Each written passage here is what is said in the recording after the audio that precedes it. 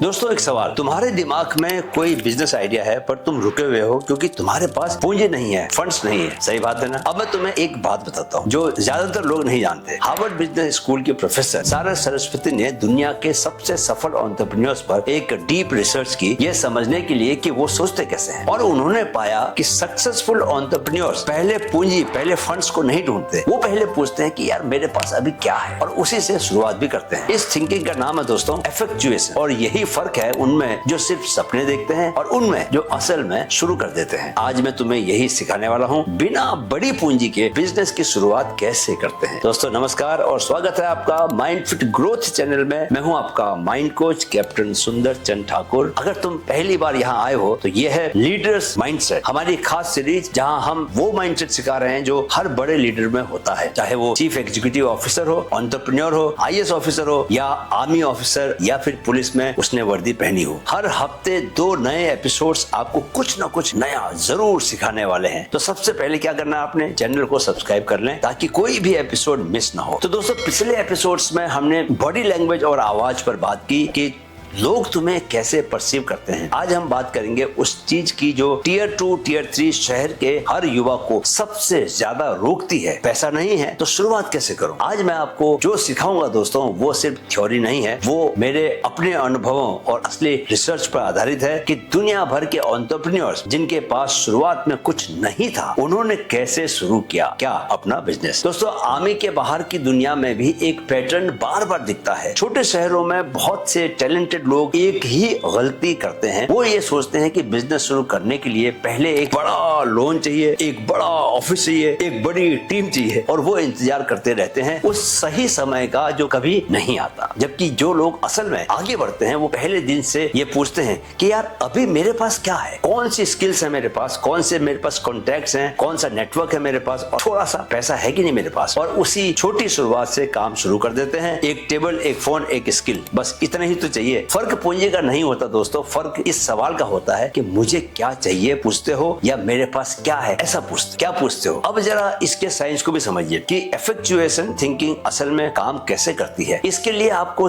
3 concept समझने हैं। पहला है मीन्स बेस्ड थिंकिंग, जो है उससे शुरुआत। सरस्वती की जो रिसर्च में दोस्तों साफ निकल कर ये आया कि पारंपरिक सोच कहती है गोल तय करो, लक्ष्य तय करो, फिर रिसोर्सेज जुटाओ। पर एक्सपर्ट एंटरप्रेन्योर्स इसका ठीक उल्टा सोचते हैं कि मेरे पास 3 चीजें हैं, मैं कौन हूँ यानी कि स्किल्स और नॉलेज, मैं किसे जानता हूँ यानी कि आपका नेटवर्क क्या है, और मेरे पास क्या है यानी कि थोड़ा सा पैसा, थोड़ा टाइम और थोड़े बहुत टूल्स मेरे पास हैं कि नहीं है। इन्हीं से क्या बन सकता है। यही सोच दोस्तों बड़ी पूंजी की जरूरत को खत्म कर देती है। जैसे मैं खुद मैराथन दौड़ता हूँ तो मैंने एक कोर्स लॉन्च किया है, how to run a marathon. वही कोर्स मेरा हजारों में बिक रहा है। मैंने जीवन में बहुत कुछ मैनिफेस्ट किया दोस्तों। अविश्वसनीय लगता है आज मुझे कि ये सब कैसे हुआ। तो मैंने एक मैनिफेस्टेशन मास्टरी कोर्स भी बनाया है। मैं लिखता बोलता अच्छा हूँ तो मैंने 3 YouTube चैनल खड़े किए हैं। उसमें से आप दूसरा मेरा चैनल देख रहे हो। इसके अलावा मेरा चैनल है माइंड फिट, जहाँ पर कि मैं फिजिकल फिटनेस और रनिंग के बारे में कंटेंट देता हूँ। और एक और चैनल है मेरा माइंड फिट स्पिरिचुअल, जहाँ पर कि मैं वेदांत की नॉलेज की बात करता हूँ और आत्मा को जानने और जगाने की बात करता हूँ। 2 साल पहले दोस्तों मेरी किताब खुद से जीत आई। अब उसका 4था संस्करण आने वाला है। मैंने 1 साल पहले अपनी कंपनी शुरू कर दी, mastermind fit growth private limited. मैं अपने क्रिएटिव आइडियाज का इस्तेमाल करता हूँ, ऑनलाइन कोर्सेज और कंटेंट बनाता हूँ। यानी मैंने अपने बिजनेस के लिए अपनी ही स्किल का यूज करना शुरू किया, वो स्किल जो मेरे भीतर नेचुरली थी। तो दूसरा कॉन्सेप्ट है, उसको बोलते हैं ब्रिकोलेज, यानी कि जो मिला उसी से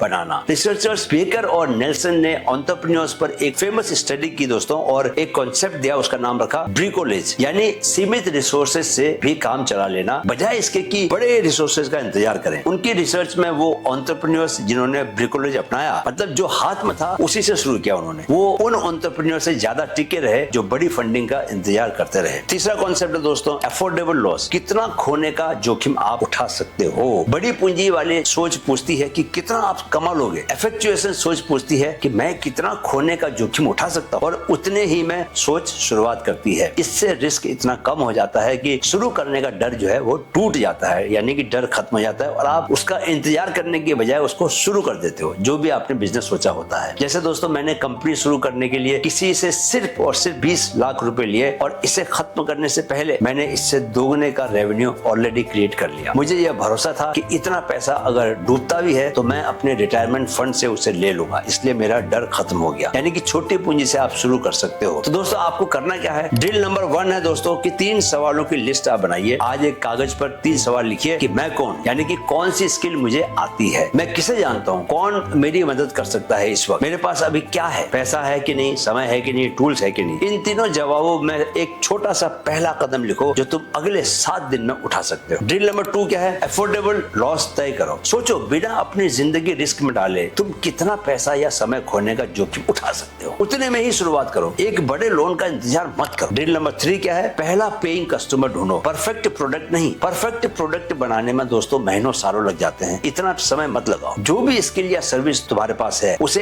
एक व्यक्ति को बेचने की कोशिश करो। इसी हफ्ते पहला कस्टमर तुम्हें बताएगा कि असल में क्या सुधारना है, किताबों से नहीं, असली फीडबैक से। मैंने दोस्तों अपनी रनिंग कोचिंग 599 रुपए से शुरू की और आज 1 लाख रुपए तक भी मैं ले रहा हूँ कोचिंग का, पर्सनल कोचिंग के। मैंने माइंड कोचिंग भी शुरू की और आज मेरे पास दर्जन क्लाइंट्स हैं। अब जरा आप सिद्धांत को समझो कि असली प्रिंसिपल क्या है। दोस्तों लीडरशिप की दुनिया में एक बात हर जगह सच है, चाहे आर्मी हो, चाहे बिजनेस हो या कोई सरकारी नौकरी क्यों ना हो, जो लोग जो है उसी से शुरू करते हैं वो हमेशा उनसे आगे निकल जाते हैं जो सब कुछ सही होने का इंतजार करते रहते हैं। पूंजी हमेशा बाद में आती है दोस्तों, शुरुआत पहले करनी पड़ती है। मैंने अपने ऑनलाइन कोर्स 1 साल पहले बेचने शुरू कर दिए थे जब मैं ठीक से जानता भी नहीं था कि एक अच्छा लैंडिंग पेज कैसे बनाते हैं। बिजनेस के लिए मैं आपको कुछ बातें और भी बताना चाहूंगा। जैसे पहली बात यह कि अपना अहंकार छोड़ दो, अहंकार के साथ बिजनेस पॉसिबल नहीं है दोस्त। दूसरा ये कि वाकई दूसरे को सच्चे मन से फायदा पहुंचाने की कोशिश करो। ऐसा मन में सोचो कि अपने बिजनेस के जरिए आप दूसरे आदमी को सच में